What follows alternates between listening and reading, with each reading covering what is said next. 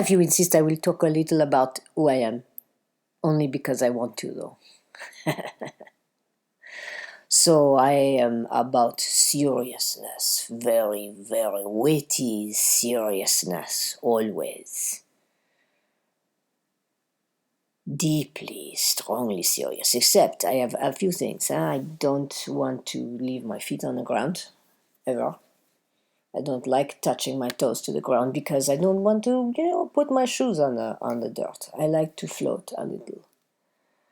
And my name, of course, comes from the same word as grave. So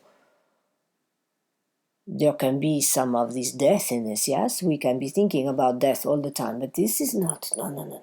I don't want to. Death is there, it is coming, it is going to be there for all of us. And so why think about our grave before we need to think about them? We can think with gravity, or we can think with lightness, or we can think in a way that I believe is the most important place for gravity to be, as in addition to perhaps holding the things down, not making sure they do not float up away completely off the earth. But I think the most marvelous thing about gravity is it is the force that pulls everything together. It gives weight to things and specialness to things. So this is the antidote. Who is another? I might add, she's my sister, Antidote. You will meet her another day. So she is in this world that I live in. She helps me to see the antidote between too heavy and being very light, which is what I dream of being all the time. But also to understand that the most important thing about gravity, the thing that matters, is that it actually makes matter happen.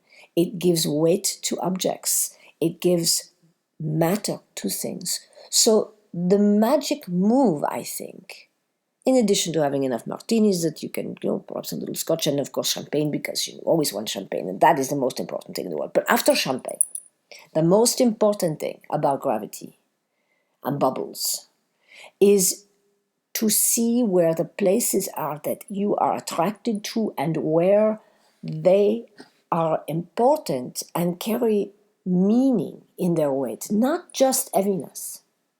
If they're just heavy, and they're not interesting. No, they're the things, they are the got-to-dos, they are the rocks we push uphill. They are nothing that we want to spend our lives being with. But if you can say, this thing is a force of attraction to me, it is the thing that makes this meaningful and matter to me, then I will say to you, as your Auntie Gravity, you have found the place that gravity should be in your life.